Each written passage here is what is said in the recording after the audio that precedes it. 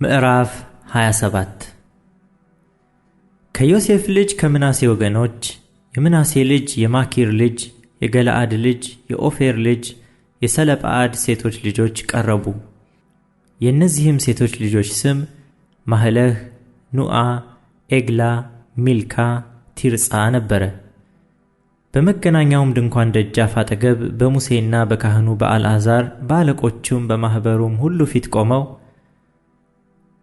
አባታችን በምድረ በዳ ሞተ፣ በራሱ ኃጢአት ሞተ እንጂ ከቆሬ ጋር በእግዚአብሔር ላይ በተሰበሰቡ ወገን መካከል አልነበረም። ወንዶችም ልጆች አልነበሩትም። ወንድ ልጅስ ባይኖረው የአባታችን ስም ከወገኑ መካከል ለምን ይጠፋል?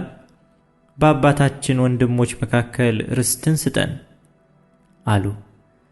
ሙሴም ነገራቸውን በእግዚአብሔር ፊት አቀረበ። እግዚአብሔርም ሙሴን እንዲህ ብሎ ተናገረው። የሰለጰዓድ ልጆች እውነት ተናግረዋል። በአባታቸው ወንድሞች መካከል የርስት ድርሻ ስጣቸው። የአባታቸውን ርስት ለእነርሱ አሳልፈ ስጥ።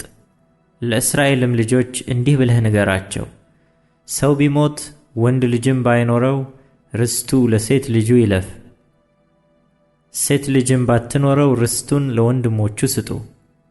ወንድሞችም ባይኖሩት ርስቱን ለአባቱ ወንድሞች ስጡ። የአባቱም ወንድሞች ባይኖሩት ከወገኑ ለቀረበ ዘመድ ርስቱን ስጡ፣ እርሱም ይውረሰው። እግዚአብሔርም ሙሴን እንዳዘዘ ለእስራኤል ልጆች ሥርዓትና ፍርድ ይሁን። እግዚአብሔርም ሙሴን አለው፣ ወደዚህ ወደ አበሪም ተራራ ውጣ፣ ለእስራኤልም ልጆች የሰጠኋትን ምድር እይ። ባየሃትም ጊዜ ወንድምህ አሮን እንደ ተከማቸ አንተ ደግሞ ወደ ወገንህ ትከማቻለህ። እናንተ በጺን ምድረ በዳ በማኅበሩ ጠብ በቃሌ ላይ አምጻችኋልና በእነርሱም ፊት በውሃው ዘንድ አልቀደሳችሁኝምና። ይህም በጺን ምድረ በዳ በቃዴስ ያለው የመሪባ ውሃ ነው። ሙሴም እግዚአብሔርን እንዲህ ብሎ ተናገረው። የእግዚአብሔር ማኅበር እረኛ እንደሌለው መንጋ እንዳይሆን በፊታቸው የሚወጣውን በፊታቸውም የሚገባውን የሚያስወጣቸውንና የሚያስገባቸውንም ሰው የሥጋ ሁሉ መንፈስ አምላክ እግዚአብሔር በማኅበሩ ላይ ይሹመው።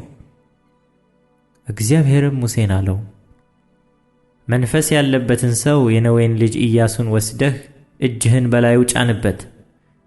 በካህኑ በአልዓዛርና በማኅበሩ ሁሉ ፊት አቁመው፣ እነርሱም እያዩ እዘዘው። የእስራኤልም ልጆች ማኅበር ሁሉ እንዲታዘዙት ከክብርህ አኖርበት። በካህኑም በአልዓዛር ፊት ይቆም። እርሱም በእግዚአብሔር ፊት በኡሪም ፍርድ ይጠይቅለት። እርሱ ከእርሱም ጋር የእስራኤል ልጆች ማኅበር ሁሉ በቃሉ ይውጡ፣ በቃሉም ይግቡ። ሙሴም እግዚአብሔር እንዳዘዘው አደረገ። ኢያሱንም ወስዶ በካህኑ በአልዓዛርና በማኅበሩ ሁሉ ፊት አቆመው። እግዚአብሔርም በሙሴ እንደተናገረ እጁን በላዩ ጫነበት፣ አዘዘውም።